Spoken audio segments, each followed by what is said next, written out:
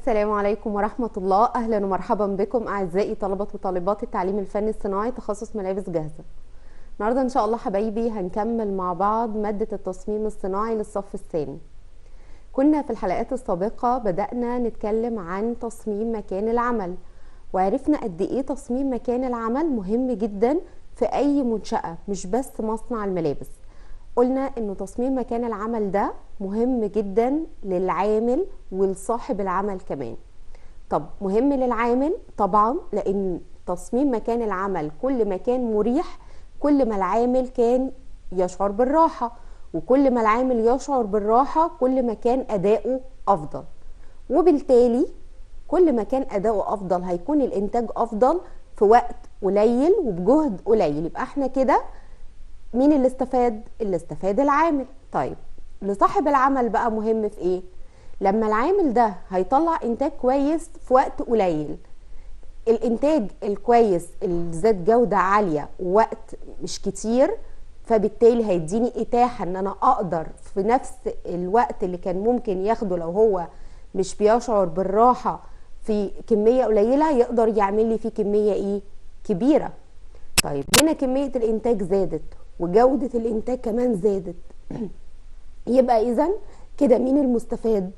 المستفاد هنا صاحب العمل، لان الانتاج ده كميته زادت وجودته كويسة هيتباع بسعر كويس، وبالتالي هنا العائد او الربح راجع لصاحب العمل. يبقى هنا عندي المستفادين بتصميم مكان العمل الجيد العامل اولا وصاحب العمل ثانيا. يبقى هنا تصميم مكان العمل مهم جدا زي ما اتفقنا مع بعض. لمين؟ للعامل ولصاحب العمل ايضا. طيب كمان قلنا حبايبي ان عندي العمل ده اصلا او الانتاج ده اصلا بيتكون من مثلث. لو في ضلع واحد من المثلث ده مش موجود صعب ان احنا نحصل على الانتاج الجيد. ايه هي اضلاع المثلث بتاعنا؟ قلنا برافو عليكم، قلنا اول واهم ضلع في المثلث هو العامل. لو ما عنديش عامل في عمل او في انتاج هيطلع؟ طبعا لا. طيب عندي عامل وما عنديش مكان يشتغل فيه ولا معدات، طبعا الانتاج برضو مش هيطلع. يبقى اذا اول حاجة عندي هي العامل، تاني حاجة او تاني ضلع عندي هو بيئة العمل، الضلع الثالث عندي المعدات اللي هيشتغل بيها العمل ومعداته. يبقى يطلع عندي انتاج. هو ده مثلث الانتاج بتاعنا اللي كنا ذكرناه في الحلقات السابقة. طيب بعد كده قلنا علشان اصمم مكان للعمل لازم اركز كويس قوي ان عندي اكيد اماكن للجلوس واماكن للوقوف. في بعض الاعمال بتستدعي ان صاحبها يكون جالس طول الوقت، زي مثلا العامل اللي بيشتغل على ماكينه الحياكه. ينفع يشتغل على ماكينه الحياكه وهو واقف؟ طبعا لا. فبالتالي هنا لازم اماكن الجلوس تكون مصممه بشكل جيد. ولما جينا نتكلم عن تصميم اماكن الجلوس اتكلمنا اهم حاجه عن ايه؟ عن الكرسي، لان هو ده المكان اللي هيقعد فيه العامل وقت طويل. قلنا ان هو لازم يكون مصمم بشكل طبي سليم، لازم يكون مريح، لازم لو كان كرسي متحرك يكون فيه 5 أرجل منعا من الانزلاق، لازم يكون مقدمة الكرسي بتاعنا تكون مرتفعة او بزاوية ميل لأعلى الى حد ما بحيث ان الرجل ما تكونش منزلقة لأسفل. لازم يكون الرجل العامل وهو قاعد على الكرسي ملامسه برضو للارض علشان تكون مرتاحه، ما يكونش الكرسي عالي عليه وتكون رجليه مش لامسه الارض، وطبعا ده هيكون وضع غير مريح. لازم يكون ظهر الكرسي بتاعي مرن، يعني قابل ان هو يتحرك مع العامل بتاعي بحيث ان ظهره يكون في وضع مريح. لازم يكون ارتفاع الكرسي مناسب لارتفاع المنضدة او الماكينه اللي هو شغال عليها، بحيث ان ما يكونش الكرسي عالي قوي او واطي قوي على الماكينه بتاعته. فبالتالي كل دي حاجات او كل دي معايير مهمه لازم تكون في التصميم الناجح للكرسي بالنسبه لاماكن الايه؟ بالنسبه لاماكن الجلوس. طيب لو انا عندي بقى اماكن للوقوف او عمل يستدعي الوقوف، ما ينفعش ان العامل يعمل العمل ده وهو قاعد. فبالتالي هنا لازم بقى قلنا لازم نركز كويس جدا في تصميم بقى اماكن الايه، اماكن الوقوف، في المساحه اللي هيقف فيها، في ان لازم يكون عندي مسند صغير كده للرجل يقدر يريح عليه رجله من وقت للتاني. لازم يكون في مساحه ولو بسيطه على المنضده اللي هو شغال عليها، بخلاف المساحه اللي فيها المعدات او اللي فيها الماكينه، يقدر ان هو يستند عليها من وقت لاخر، لان طبعا الوقوف لفتره طويله ده امر مرهق جدا ومتعب جدا. فلازم ان برضو يكون في بعض وسائل الراحه الى حد ما. لازم يكون عندي كرسي صغير في مكان الوقوف، هو هيقف طول الوقت، ولكن في بعض الفترات لازم ياخد قسط من الراحه، لان هو مش هيقدر ان هو يواصل ان هو يقدر يقف اليوم كامل.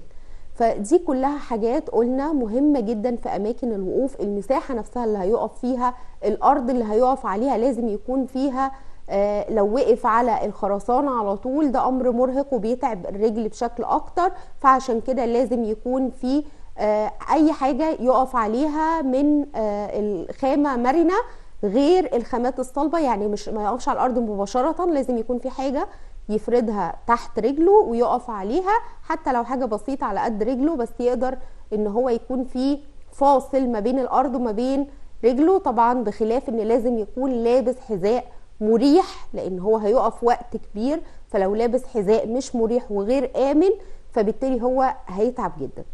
دي كلها حاجات قلناها وشرحناها قبل كده في الحلقات السابقة عن تصميم اماكن الجلوس واماكن الوقوف. كنا بنتكلم عن تصميم المكان العمل بشكل عام.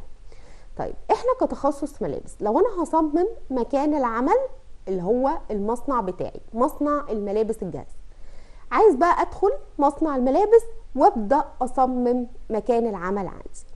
طبعا هبدأ اصمم على اساس مجموعة من المعايير.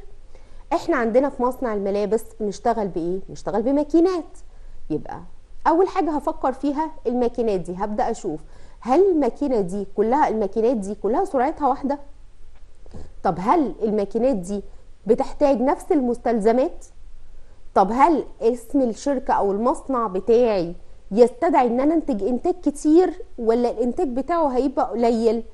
كل دي حاجات واكتر كمان منها لازم ناخد بالنا منها ونراعيها اثناء تصميم مكان العمل اللي هو الخاص بيا، اللي هو مصنع الملابس الجاهزة. يبقى لما اجي اصمم مصنع للملابس في بعض المعايير لازم اخد بالي منها. زي ايه؟ تعالوا نبص كده عليها حبايبي ونشوف ايه هي دي المعايير ونشرحها. اول حاجة، لو انا عندي مصنع ملابس كده اهو وهبدأ اصمم مكان العمل فيه، اول حاجة هفكر فيها ازاي اصمم بعض اماكن العمل في المصنع، ايه هي الخطوات اللي انا همشي بيها.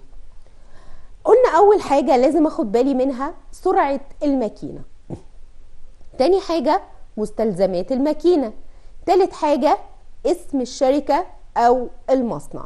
سرعة الماكينة دي يعني ايه؟ يعني هي سرعة الماكينة هتفرق معايا في تصميم مكان العمل ازاي؟ سرعة الماكينة طبعا هتفرق معايا في تصميم مكان العمل. انا ينفع اجي احط ماكينة سرعتها عالية جدا واخليها في اخر المصنع وكل الماكينات اللي قدامها سرعتهم ابطأ؟ يبقى انا هنا كده ما شغلتش او ما صممتش مكان العمل بشكل صحيح. ليه؟ لان عندي هنا لو انا عملت الموضوع ده، او لو انا حطيت الماكينة اللي سرعتها عالية في اخر المصنع بتاعي والماكينات اللي سرعتها ابطأ قدامها، انا كده عطلت الانتاج، عملت عملية تعطيل للانتاج بتاعي. لكن كل ما حطيت السرعات بشكل متناسق، يعني الاسرع فالاقل فالاقل فالاقل، هنا الانتاج بتاعي هيمشي بشكل ايه؟ هيمشي بشكل سريع. فبالتالي سرعة الماكينة مهم جدا جدا جدا ان احنا ناخدها في الاعتبار، وهي الخطوة الاولى اللي بحدد على اساسها ازاي هصمم مكان العمل. طيب الخطوة الثانية مستلزمات الماكينة. كل ماكينة بيكون ليها مستلزمات.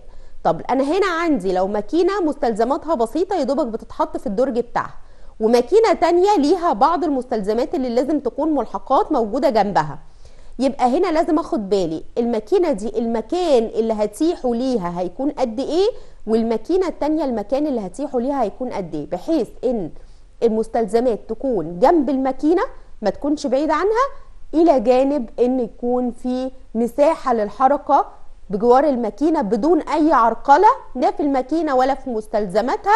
فبالتالي لازم اخد بالي كويس قوي من المساحة اللي هسيبها للماكينة على حسب ايه؟ على حسب مستلزماتها. الماكينة دي بتحتاج مستلزمات كتير ولا مستلزماتها بسيطة. طيب تالت حاجة عندي اسم الشركة او المصنع. يعني ايه اسم الشركة او المصنع؟ يعني الشركات الكبيرة بتنتج انتاج كتير، فبالتالي بتحتاج ترتيب خاص في او تصميم خاص للمكان بتاعها. اما الشركات الصغيرة فبالتالي هي انتاجها بيكون محدود، فبالتالي هنا التصميم بتاع المكان هيكون بسيط.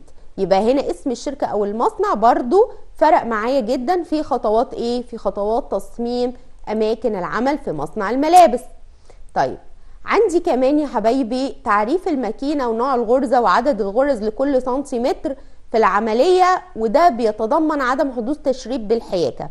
طيب الكلام ده يعني ايه لازمته عندي في تصميم مكان العمل؟ لازمته ان دي بيانات لازم مهم جدا ان انا اخللها مكان واضح وظاهر للعامل اللي هيقعد يشتغل على هذه الماكينة.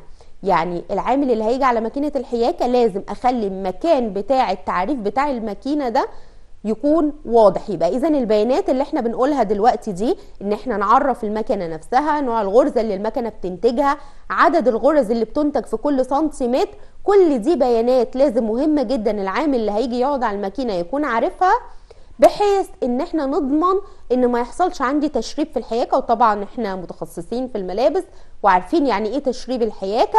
تشريب الحياكه اللي بيخلي عندي الخياطه بيبقى فيه زياده في القماش، فالقماش ما بنيجي نحطه على بعض بيكون فيه زياده في ناحيه اكتر من ناحيه، فبنضطر ان احنا نعمل لها زي كشكشه خفيفه كده وبنسميها تشريب. فمنعا لحدوث التشريب ده، لو انا عارف عدد الغرز كويس وعارف نوع المكنه اللي انا شغال عليها كويس مش هيحصل التشريب. فبالتالي ده مهم جدا ان يكون في مكان مخصص لوضع البيانات دي في مكان ظاهر للعامل بتاعي. رقم 5 تحديد نوع الإبرة ومقاس أو رقم الإبرة، ودي مهمة قوي لأن أنا عندي الإبر بتختلف في مقاساتها وفي أنواعها على حسب إيه؟ أنا بحدد النوع والرقم بتاع الإبرة اللي أنا هستخدمه على حسب سمك الخامة اللي أنا هشتغل عليها. لو كانت خامة سميكة بكبر طبعا مقاس الإبرة، ولو كانت خامة رقيقة بصغر مقاس الإبرة. عندي كمان يا حبايبي عدد الأجزاء اللي هيتم تجميعها مع بعض، وكل جزء مساحته قد ايه تقريبا. ده طبعا ليه بحدد الجزئية دي بالذات؟ الجزئية دي بحددها عشان اقدر اعمل ارفف احط عليها تكون على سطح المنضدة الخشبية بتاعتي، اقدر تكون في متناول يد العاملة. والرف اهم حاجة ان يكون الرف مناسب ارتفاعه، يعني حوالي 20 سنتي من سطح الماكينة، بحيث ان احنا ما نحطش الاجزاء كلها على الماكينه، ما يشغلش عندي مساحه على المنضده الخشبيه اللي موجوده عليها الماكينه اثناء التشغيل. يبقى مهم قوي موضوع ان انا اعرف ان انا اعرف عدد الاجزاء اللي هيتم تجميعها، عدد الاجزاء التي سيتم تجميعها معا، ومساحه كل جزء تقريبا، وذلك لعمل تصميم الارفف اللازمة ووضعها على السطح اللي هي المنضدة الخشبية يعني للماكينة. بتكون في متناول يد العاملة، ويوضع الرف على ارتفاع مناسب 20 سنتيمتر من سطح الماكينة حتى لا يشغل مساحة من المنضدة الخشبية أثناء التشغيل. يبقى حبايبي كده احنا اتكلمنا عن 6 خطوات لسه ما خلصناش، بس نشرحهم تاني بالتفصيل سريعا. احنا قلنا اول حاجة عندي هي سرعة الماكينة، اول حاجة واهم حاجة، لان انا ما ينفعش طبعا احنا عندنا في التخصص بتاعنا عارفين ان الماكينات بتاعتنا مش كلها نفس السرعة. يعني في ماكينات سريعة، في ماكينات الى حد ما سرعتها اقل، وفي ماكينات انا اقدر اتحكم في سرعتها. الماكينات الاوتوماتيك الجديد كله انا اقدر اتحكم في سرعة الماكينة، اقللها او ازودها على حسب مهارة العامل اللي هيجلس على الماكينة. فبالتالي ما ينفعش خالص ان انا اجي اصمم مكان للعمل واحط زي ما قلنا هبدا اظبط الماكينات بتاعتي هتشتغل ازاي. فما ينفعش اشغل ماكينه بطيئه الاول وبعد كده اخلي الماكينات السريعه بعدها، لا انا لازم اشغل الماكينات السريعه بحيث ان الانتاج بتاعي يمشي ويبدا ان هو يطلع عندي انتاج، ثم بعد كده بقى الابطأ فالابطأ فالابطأ. دي اول حاجه قلناها اللي هي سرعه الماكينه. طيب تاني حاجه اتكلمنا عنها مستلزمات الماكينه. انا احيانا في بعض الماكينات بيكون عندي درج للمستلزمات. درج المستلزمات ده بيكون بداخل القرصه بتاعه الماكينه، طبعا القرصه الخشبيه اللي بيتحط عليها الماكينه اللي بتبقى موجوده تحت فين؟ في القاعده. طيب الدرج بتاع المستلزمات ده مش هيزود عندي حجم الماكينه، مش هيخلي ان الماكينه عندي مش بس يدوبك على قد حجم الماكينه، لا ده القرصه بتاعتي لازم يكون فيها درج للمستلزمات من اسفل. يبقى انا هنا في الحاله دي لازم لما اجي اعمل تصميم ان الماكينه دي ليها مستلزمات.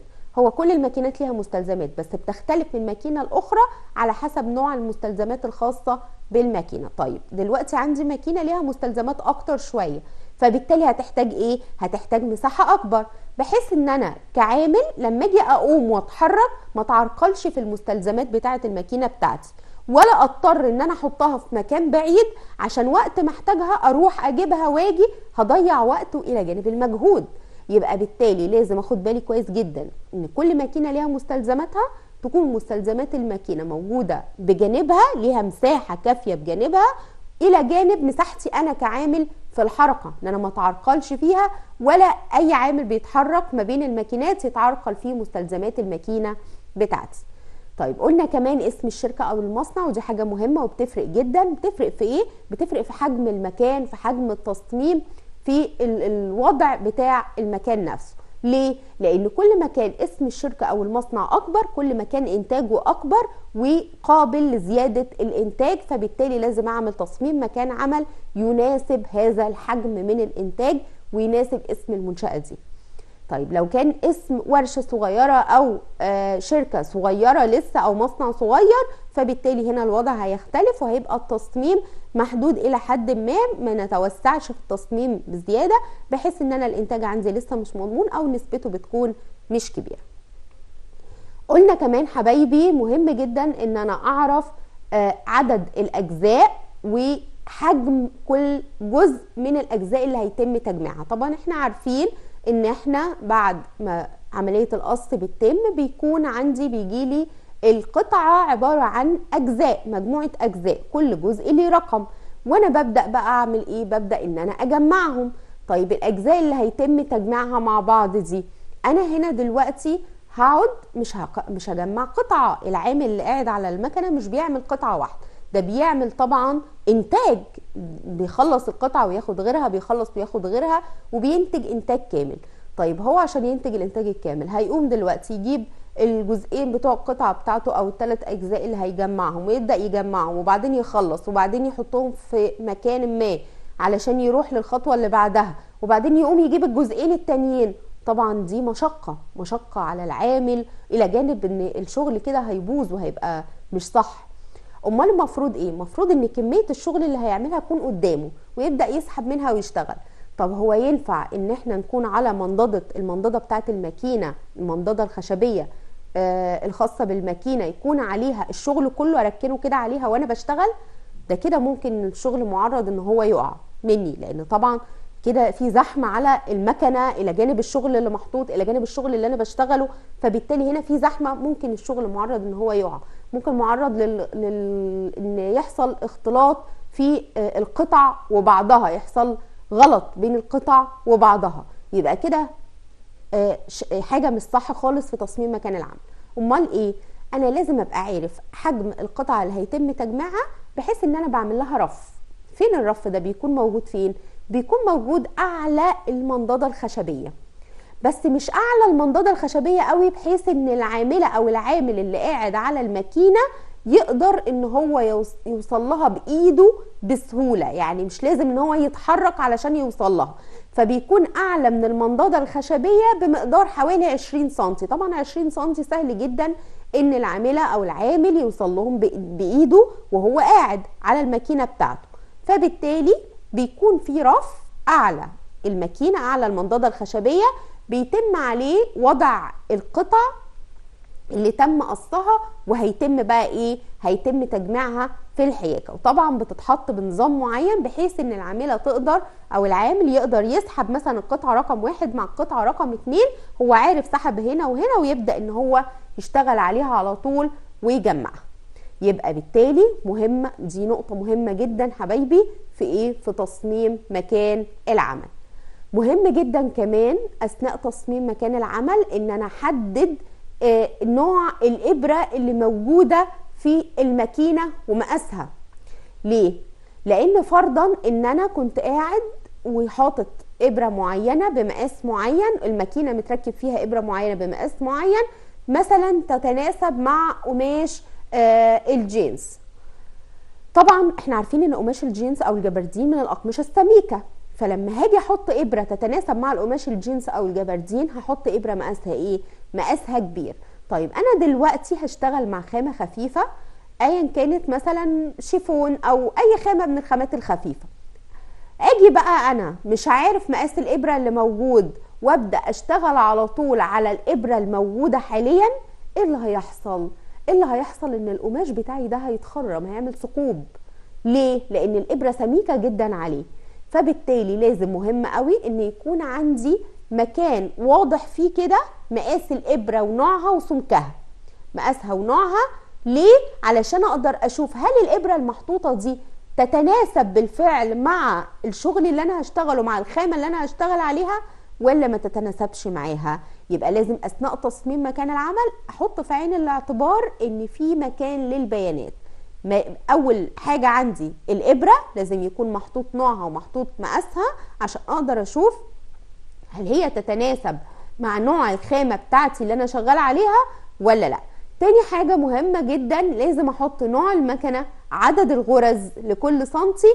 ليه؟ علشان اقدر، ونوع الغرزه كمان، عشان اقدر ايه، ان انا اتلاشى موضوع التشريب. وزي ما قلنا احنا كلنا طبعا عارفين يعني ايه التشريب.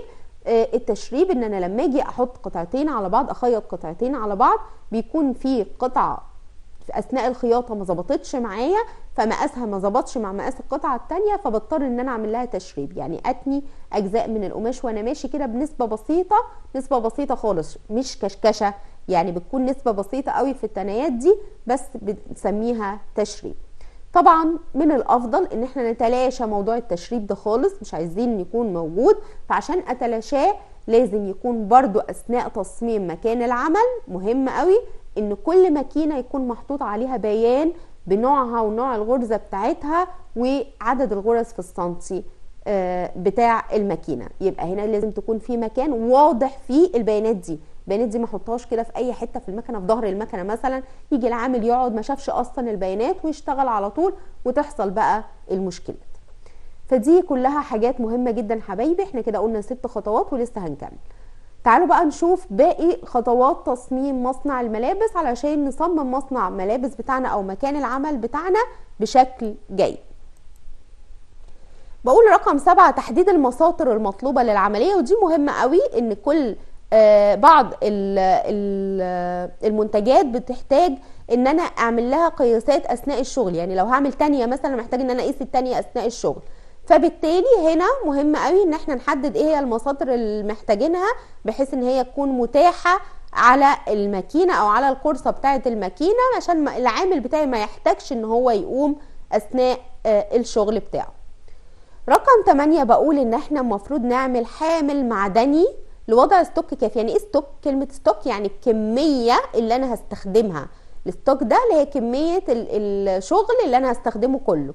فلازم يكون في عندي حامل معدني احط عليه كل الستوك بتاعي او كل كمية الشغل اللازمة اللي هتكفيني لليوم كله. من ايه؟ من بقر الخيط. انا اثناء اليوم ما بشتغلش ببقرة واحدة ولا بشتغل بلون واحد من الخيط، فلازم هنا طبعا القطع بتاعتي كلها مش نفس اللون، وطالما القطع مش نفس اللون يبقى كل قطعة بتحتاج لونها. فببدأ ان انا احضر كل كمية بقر الخيط، خيط الحياكة بتاعي بألوانه اللي انا هحتاجها كلها على الستوك ده او على الحامل المعدني ده.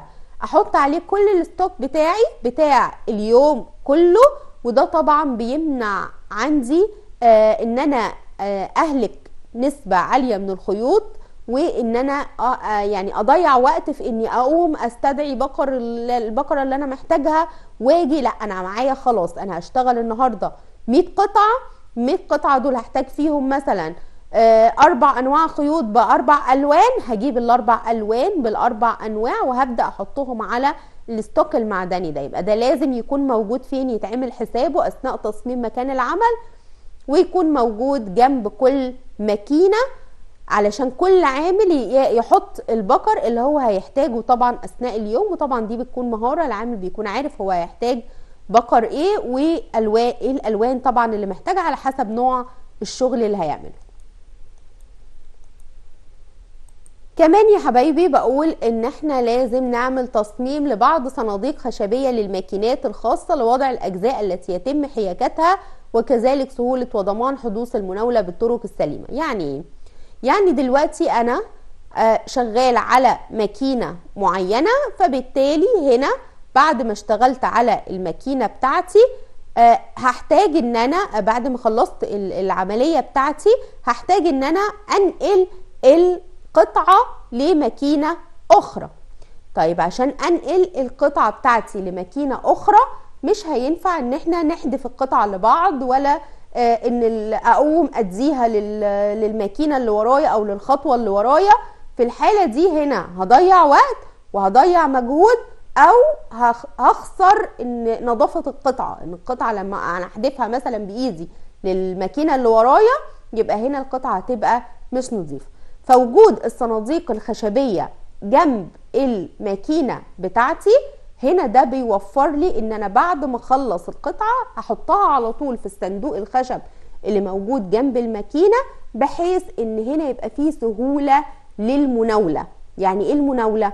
يعني ان انا خلصت الجزئية بتاعتي او المطلوب مني في القطعة، ابدأ ان انا احرك الصندوق. بس مجرد حركة الصندوق للمكنة اللي بعدي هيتحرك على طول الصندوق، طبعا بالحفاظ على القطعة بتاعتي. مهم جدا ان احنا نكون محافظين على القطعة. ليه؟ علشان في النهاية الجودة بتاعة القطعة ما تتأثرش خالص بمراحل التشغيل. يبقى زي ما اتفقنا القطعة ما بتروحش عند مكنة واحدة وتخلص. يعني مش مكنة، مش عامل واحد بيقعد يخلص القطعة كلها، لا ده كل عامل ليه مرحلة. فكل عامل هيخلص المرحلة بتاعته، ولازم اكون عندي بقى اثناء تصميم مكان العمل اعمل تصميم لصناديق خشب. مهم ان هي تكون خشب برضو، لان الكرتون هيكون سهل ان هو يتقطع، او سهل ان هو يدخل اي عوامل. لو مثلا لو في نسبة مية، طبعا ده مش المفروض ان هو يكون موجود في مكان العمل، ولكن لو جت بالغلط نسبة مية او نسبة اي حاجة موجودة هتدخل عندي على القطعة بتاعتي. فعشان كده احنا بنقول صناديق ايه؟ صناديق خشبية. ليه؟ للحفاظ على القطعة من نظافة وجودة. خلصت المرحلة بتاعتي، هحط القطعة في الصندوق الخشب الموجود جنبي، وابدأ ان انا احرك الصندوق هيروح على طول للخطوة اللي بعدي. يبقى هنا احنا عملنا عملية تسهيل للمناولة بين الماكينات وبعضها. ليه؟ لإكمال مراحل التشغيل. انا خلصت المرحلة بتاعتي هبعته على طول للمرحلة اللي بعدي. يبقى كده حبايبي في الحالة دي انا حافظت على القطعة بتاعتي، لان جودة القطعة في النهاية مهمة جدا. ان انا لو بدأت ان انا اتحرك قطعة بايدي همسك القطعة هحدفها، ممكن تقع، ممكن يحصل لها اي نوع من انواع الزيوت او التشحيم، يبقى هنا انا بوظت عشان اكسب منها. لا ده انا كده حولتها لدرجة تانية، او ممكن تكون اصلا قطعة معيبة، فبالتالي انا كده خسرت مش كسبت. يبقى ده دي نقطة مهمة جدا جدا، ان احنا نكون صناديق او ان احنا نعمل مكان لصناديق خشبية عشان المناولة. النقطة اللي كنا بنتكلم فيها قبلها قلنا كمان مهم جدا ان انا يكون عندي حامل معدني احط عليه ستوك قلنا ان هي الكمية بتاعة الشغل بتاعتي كلها من الخيوط. انا لما بيجي لي عميل بيطلب مني انتاج ما بيطلبش مني الانتاج كله لون واحد، فبالتالي انا مش هستخدم لون خيط واحد اثناء التشغيل بتاعي او اثناء اليوم بتاعي. فببدأ ان انا احدد انا هحتاج خيط لون كذا وكذا وكذا، ومن كل لون كمية قد ايه، وابدأ ان انا اجيب الكلام ده من المخزن بتاعي الموجود عندي، واحط الكلام ده كله على حامل معدني موجود جنبي. موجود جنبي فين؟ جنب الماكينه، بالقرب من الماكينه، يعني مش جنبي اللي هو لازق في المكنه ان هو يعرقل حركتي، لا، يكون مصمم له مكان مظبوط ان هو يتحط فيه، بحيث ان العامل يخلص الخيط اللي هو شغال بيه او اللون اللي هو شغال بيه، يقدر ياخد غيره بسرعه من غير ما يضطر ان هو يسيب الشغل ولا يروح علشان خاطر يجيب خيط مثلا من المخزن، ولا فيش الكلام ده. لازم يكون عندي الحامل المعدني، ده مهم جدا.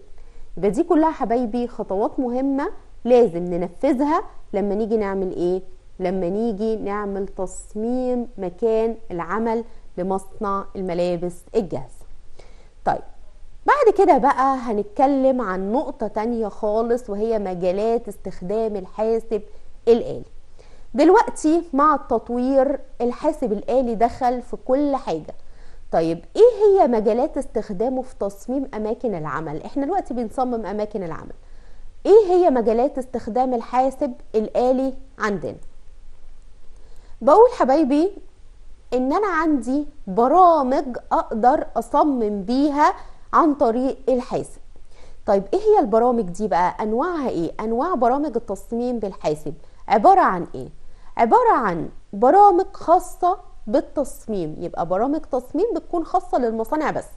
يبقى انا عندي بعض البرامج بتكون برامج تصميم خاصة بالايه؟ بالمصانع. طيب النوع التاني عندي برامج تجارية. طب النوع الثالث عندي برامج تطبيقية. يعني ايه الكلام ده؟ يعني ايه برامج تصميم وبرامج تجارية وبرامج تطبيقية؟ تعالوا نتكلم عن كل نوع منهم على حاجة. اول نوع عندي اتكلمنا عليه اللي هو برامج التصميم الخاصة للمصانع. عبارة عن ايه؟ عبارة عن برنامج مثلا عندي اسمه الكاد. اسمه ايه؟ كاد. برنامج الكاد دي او برامج الكاد بشكل عام، مجموعة برامج الكاد دي صممت للعمل مع اجهزة مصانع محددة، بمعنى ان كل برنامج خاص بمكان معين. كل من هذه الاجهزة كانت تعمل على برنامج الكاد محدد، والهدف من هذه البرامج ان تعد التصميم للمنتج النهائي. بمعنى ان الهدف من برامج الكاد دي بتعمل لي تصميم للمنتج النهائي. يبقى انا عندي مجموعة من البرامج، برامج خاصة بالتصميم. البرامج دي خاصة بالايه؟ بالمصانع. زي ايه؟ زي برامج الكاد دي اتصممت ان هي بتعمل لي مصانع، يعني بتشتغل مع مصانع محددة، ما تقدرش تشتغل مع كل المصانع، هي بتشتغل مع مصانع معينة. تمام؟ المصانع دي هي كانت بتستخدم برامج الكاد علشان تقدر تعمل تصميم نهائي للمنتج بتاعها. طيب ده كان اول نوع من البرامج. النوع التاني بقى اللي هي البرامج التجارية. البرامج التجارية دي بقى بقول ايه؟ بعد ان فتحت التكنولوجيا ابوابها وازدادت الفرص اكثر من اي وقت مضى، فان معظم الاجهزة القائمة على برامج شهيرة زي نظام التشغيل اللي هو الويندوز بتاعنا اظهرت برامج تجارية في التصميم يمكنها ان تعمل على هذه الانظمة وباسعار زهيدة. يبقى انا عندي هنا حبايبي دي بقى النوع التاني او اللي جه بعد كده. احنا كنا شغالين على الكاد ده غالي جدا، فبالتالي ده خاص بمصانع محددة، ما ينفعش يشتغل مع اي مكان ولا اي مصنع. طيب التكنولوجيا كده كترت وبقى عندنا كل حاجة داخل فيها الكمبيوتر وكل حاجة داخل فيها التكنولوجي، فبالتالي انا عندي هنا بقى في نظم للتشغيل زي الويندوز اللي بيشغل اي كمبيوتر عندنا. يعني الكمبيوترز بتشتغل ازاي؟ بتشتغل بنظام تشغيل ويندوز. لو الويندوز ده مش موجود او في مشكلة الكمبيوتر مش هيشتغل. يبقى بالتالي نظم التشغيل الشهيرة اللي هي الويندوز بقى انواعها، طبعا احنا عارفين ان الويندوز ليه انواع، خلت يبقى في فكر عندنا لبرامج تانية تجارية. فبدأوا ان هم يعملوا برامج تانية غير الكاد اللي كان غالي قوي ده ومش بيشتغل غير مع مصانع معينة، لان مش كل المصانع بتقدر ان هي تشتريه وتشتغل بيه. بقى عندي حاجة اسمها برامج تجارية. البرامج التجارية دي تقدر تشتغل في اي مكان، تقدر تشتغل مع انظمة الويندوز اكس بي، يعني تشتغل على الكمبيوترز العادية بتاعتنا، واسعارها مش غالية، باسعار زهيدة. فلما تكون باسعار زهيدة انا اقدر ان انا اشتغل بيها فين؟ اقدر اشتغل بيها في اكتر من مكان. كمان يا حبايبي بقول ان البرامج دي يمكن امتلاكها من قبل معظم الافراد. احنا اتفقنا ان الكاد كان في بعض المصانع او مصانع محددة، لكن انا عندي هنا بقى البرامج التجارية دي لا، يقدر معظم الافراد يمتلكوها عادي، يقدروا ان هم يشتروها ويجيبوها ويشتغلوا بيها، وفيها ادوات كتير جدا رئيسية، يعني بتحتوي على معظم تقريبا الادوات الرئيسية اللي نقدر نستخدمها في تصميم الايه، في تصميم الازياء. ومن خلالها يقدر المصمم ان هو يقوم بعمله بيسر وسهولة، ومع عدم توفر انظمة الحاسب المزودة ببرنامج الكاد الباهظة الثمن، فان بامكان المدارس توفير برامج رسم اخرى غير متخصصة من اجل توفير الخلفية العلمية لاستخدام الحاسب في التصميم كأداة تعليمية. بمعنى ان انا بقول ان البرامج التجارية دي بقت عندي مهمة جدا. ليه بقت مهمة جدا؟ بقت مهمة لان المدارس خلاص احنا دلوقتي استخدام الحاسب دخل في حياتنا بشكل عام، فبالتالي لازم برضو الطلبة والطالبات يعرفوا ازاي الحاسب يدخل عندنا في مجالنا، مجال التخصص بتاعنا. انا دلوقتي مجالي مثلا مجال الملابس الجاهزة، ازاي ادخل الحاسب في الملابس الجاهزة؟ غيري مجاله مجال البناء، ازاي يدخل الحاسب في البناء؟ فاصبح عندي شتى المجالات اللي لازم يدخل فيها الحاسب. طب عشان الحاسب يدخل في المجالات دي والناس تقدر تشتغل معاه، ده لازم يتدرس فين؟ يتدرس في المدارس. طبعا مش هيتدرس في المدارس بشكل كامل، ولكن على الاقل ان الطلبة والطالبات ياخدوا عنه فكرة. طب عشان ياخدوا عنه فكرة المفروض يكون في برامج يشتغلوا عليها جوه المدارس. طب احنا اتفقنا مع بعض ان برنامج الكاد ده غالي قوي، وبيكون ليه رخصة، يعني بيكون ليه ترخيص للمستخدم بتاعه على حسب اللي هيشتريه طبعا بثمنه الغالي ده، اكيد المصانع الكبيرة. يبقى بالتالي هو اتحدد مع مصانع واماكن معينة. طب احنا كمدارس نقدر نجيب البرنامج ده ونوزعه على كل المدارس؟ لا، لان كل مدرسة لازم تشتريه لوحدها، وبيكون ترخيصه غالي وثمنه غالي، فبالتالي مش هنقدر ان احنا نعمل كده، ولا نقدر نعلم الطلبة والطالبات عليه. فعلشان كده بقى التفكير في البرامج التجارية اللي تقدر تشتغل مع الويندوز العادي بتاعنا، الويندوز اللي هو نظام التشغيل بتاع اي كمبيوتر، بيكون تمنها مش غالي قوي، بتكون بهيظة الثمن، بتكون عفوا يعني زهيدة الثمن، تمنها قليل مش كتير.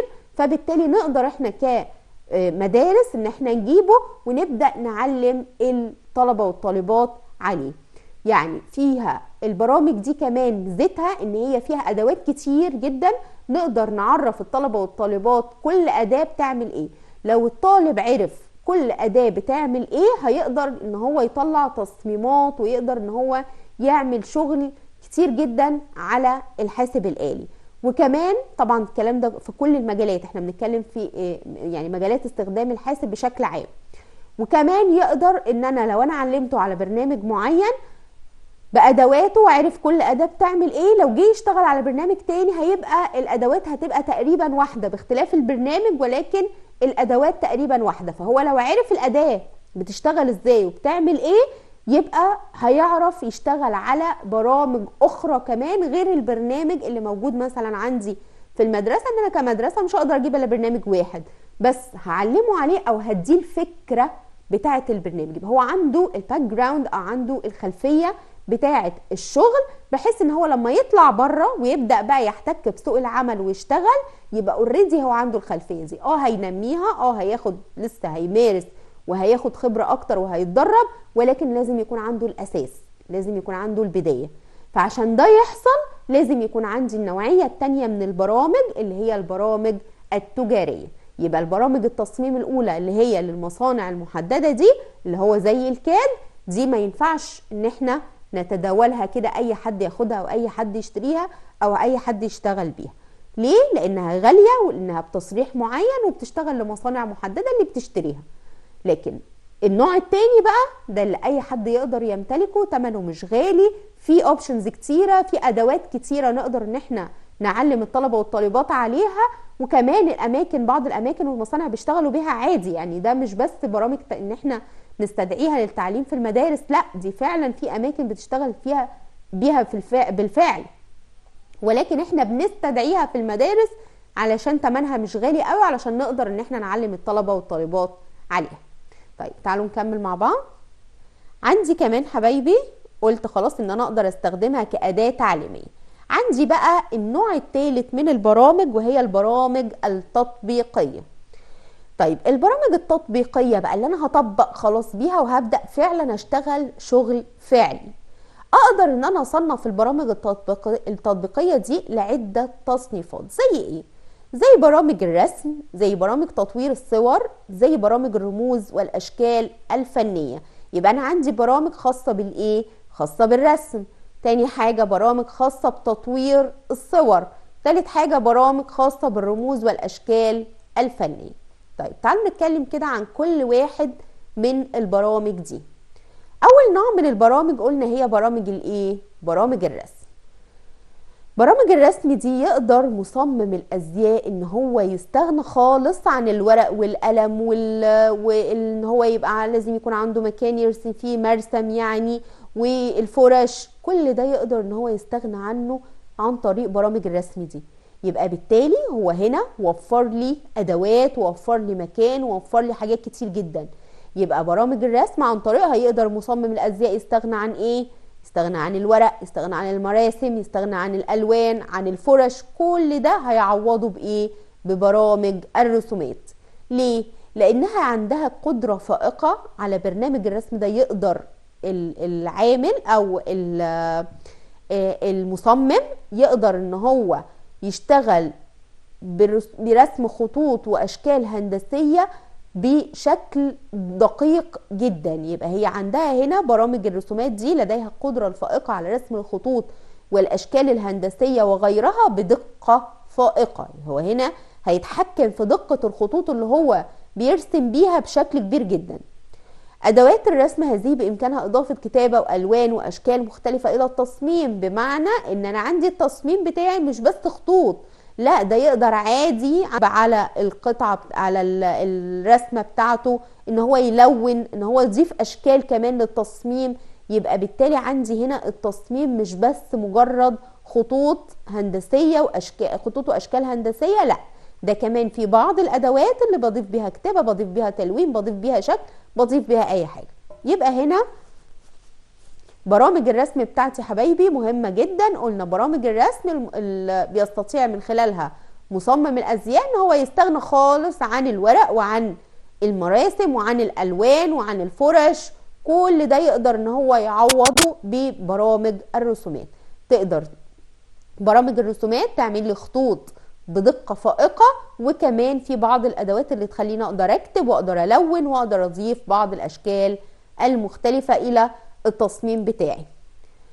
تاني نوع من البرامج كانت برامج تطوير الصور. يبقى احنا خلاص اتكلمنا عن اول نوع اللي هو برامج الرسم. النوع التاني اللي هو برامج تطوير الصور. بقول ما بين حين واخر يحتاج المصمم ان يضيف اشكال وصور الى عمله، ولعل اهم او اشهر البرامج الفوتوشوب. يبقى احنا عندنا النوع التاني اللي هو الفوتوشوب. كده حبايبي يبقى احنا اتكلمنا عن نوعين من البرامج، وان شاء الله نكمل النوع الثالث في الحلقة القادمة. اتمنى تكونوا استفدتوا من حلقتي، والى اللقاء. السلام عليكم ورحمة الله.